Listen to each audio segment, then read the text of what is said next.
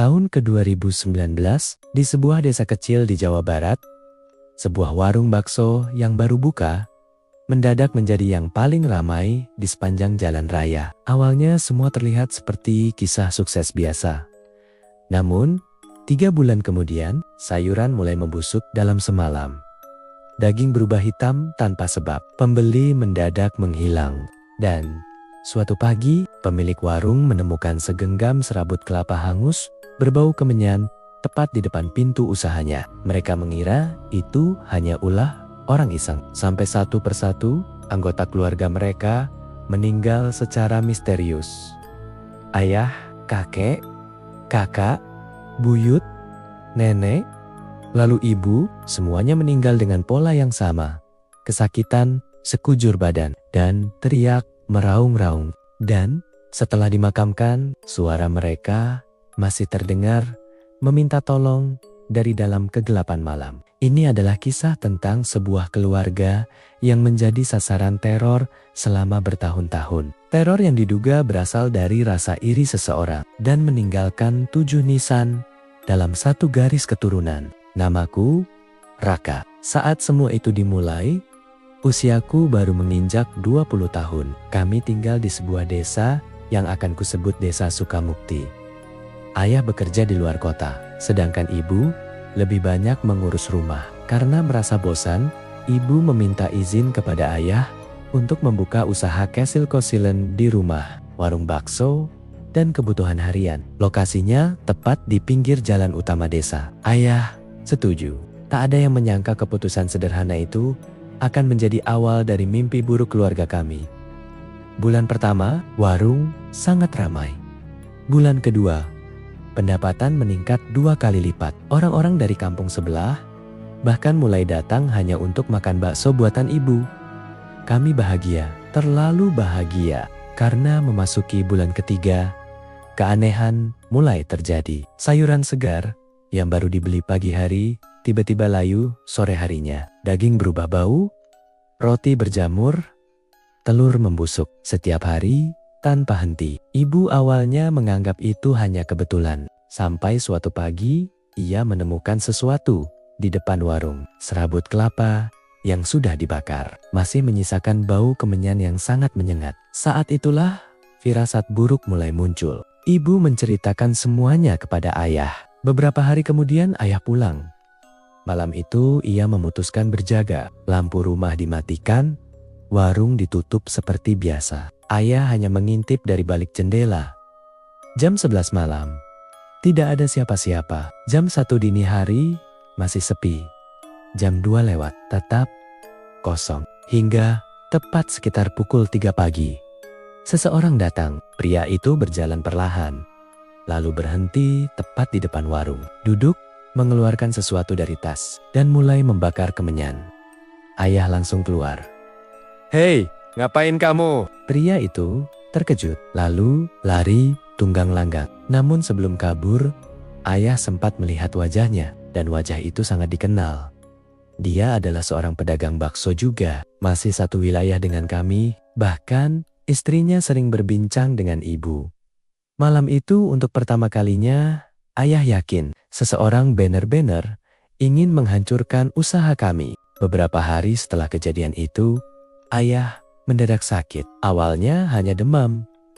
Lalu tengah malam, ia pergi ke kamar mandi. Tiba-tiba terdengar teriakan mengerikan. Ibu berlari keluar kamar, dan apa yang ia lihat membuatnya histeris. Tubuh ayah tampak menjulang hampir menyentuh langit-langit rumah. Wajahnya berubah. Matanya melotot, tubuhnya seperti membengkak tidak wajar.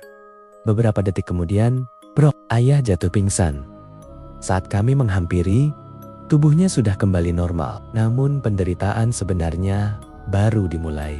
Ketika sadar, ayah terus berteriak, "Lepaskan ikatannya, lepaskan aku." Padahal tidak ada satupun tali yang mengikatnya. Semakin lama, kondisinya semakin buruk. Hingga dari punggungnya muncul benda-benda aneh yang membuat semua orang ketakutan. Keluarga panik. Seorang ustadz kampung dipanggil. Namun setelah berusaha membantu, wajahnya berubah pucat. Ia berkata pelan, "Maaf, saya tidak sanggup. lalu pergi terburu-buru. Katanya, di depan rumah kami berdiri puluhan sosok hitam yang mengawasi. Menjelang subuh, ayah meninggal dunia. Kami semua hancur, mengira semuanya telah berakhir. Ternyata tidak. Malam setelah pemakaman, orang-orang yang melewati rumah kami mendengar suara. Suara ayah sangat jelas, meminta tolong, merintih, kesakitan, menyebut dirinya kepanasan. Awalnya kami tidak percaya, sampai akhirnya suara itu terdengar oleh keluarga sendiri. Malam demi malam, suara itu terus muncul, seolah ada sesuatu yang menahan kepergiannya. Beberapa bulan kemudian, kakek mengalami nasib yang hampir sama. Mendadak sakit, mengeluarkan darah, meraung kesakitan, dan meninggal. Lalu, suara minta tolong itu kembali terdengar setelah pemakamannya. Kami mengadakan pengajian, suara menghilang. Tapi teror belum selesai. Beberapa bulan berikutnya, kakakku yang bekerja di luar kota mendadak muntah darah tanpa henti. Dokter tak menemukan penyebab jelas. Ia meninggal. Kemudian buyut kami ditemukan meninggal mendadak di pinggir jalan. Tak lama berselang, nenek wafat saat sedang menonton televisi. Duduk tanpa keluhan, tanpa tanda-tanda sakit. Ketika dipanggil, beliau sudah tak bernyawa. Satu persatu, seperti daftar nama yang sedang dicoret. Setelah semua kejadian itu, aku mulai sakit. Tubuh terasa seperti ada sesuatu yang berjalan di bawah kulit. Perut seperti remas-rimas dari dalam. Aku berobat ke berbagai rumah sakit. Hasilnya sama. Tidak ada penyakit.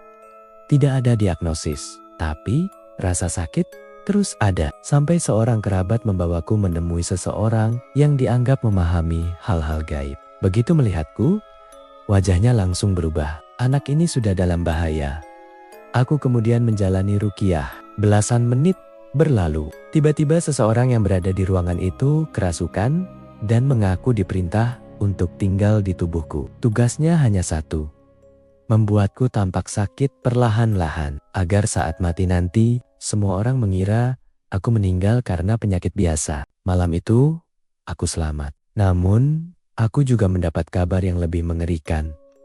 Katanya, target berikutnya bukan hanya aku, tapi juga ibuku. Orang yang menolongku memberi peringatan. Kami harus meninggalkan rumah karena ada sesuatu yang ditanam di sekitar bangunan itu, sebuah benda yang menjadi pusat dari semua gangguan. Masalahnya, tak ada yang tahu benda itu ditanam di mana. Ibu menolak pindah. Katanya, terlalu banyak kenangan di rumah tersebut. Aku terus membujuk, tapi beliau tetap bertahan. Dan keputusan itu menjadi penyesalan terbesar dalam hidupku. Tahun 2024, ibuku mulai sering jatuh sakit. Kadang mendadak lumpuh, kadang tidak bisa berjalan. Kadang muncul benjolan aneh di tubuhnya. Semua datang dan pergi tanpa penjelasan. Lalu, suatu hari, beliau mengalami rasa sakit yang belum pernah kulihat sebelumnya. Aku mencari bantuan kemana-mana, namun orang-orang yang biasanya membantu mengatakan hal yang sama. Mereka tidak sanggup. Kekuatan yang menyerang ibu terlalu besar. Beberapa hari kemudian, ibu dirawat di rumah sakit. Aku berjanji akan menjenguk malam itu. Tapi entah kenapa, aku tertidur sangat lelap. Telepon berdering berkali-kali, aku tidak terbangun. Saat pagi tiba, aku menerima kabar yang menghancurkan hidupku. Ibuku telah meninggal. Kini, aku adalah satu-satunya anggota keluarga inti yang tersisa. Warung bakso itu sudah tutup. Rumah itu kosong, tak ada lagi suara piring. Tak ada lagi aroma kuah bakso, tak ada lagi tawa keluarga. Hanya bangunan tua yang menyimpan terlalu banyak kenangan. Kadang aku masih bertanya, apakah semua itu benar karena iri hati seseorang? Apakah ada kutukan yang ditanam di rumah itu? Atau ada sesuatu yang jauh lebih gelap yang belum pernah terungkap? Aku tidak tahu. Yang aku tahu, di sebuah desa yang kini mulai dilupakan orang, masih berdiri sebuah rumah tua yang ditinggalkan pemiliknya. Dan menurut warga sekitar, pada malam-malam tertentu, masih terdengar suara lirih dari arah halaman belakang. Suara seseorang yang memohon dalam kesakitan, seolah sedang mencari jalan pulang. Dan hingga hari ini, tidak ada seorang pun yang berani tinggal di sana.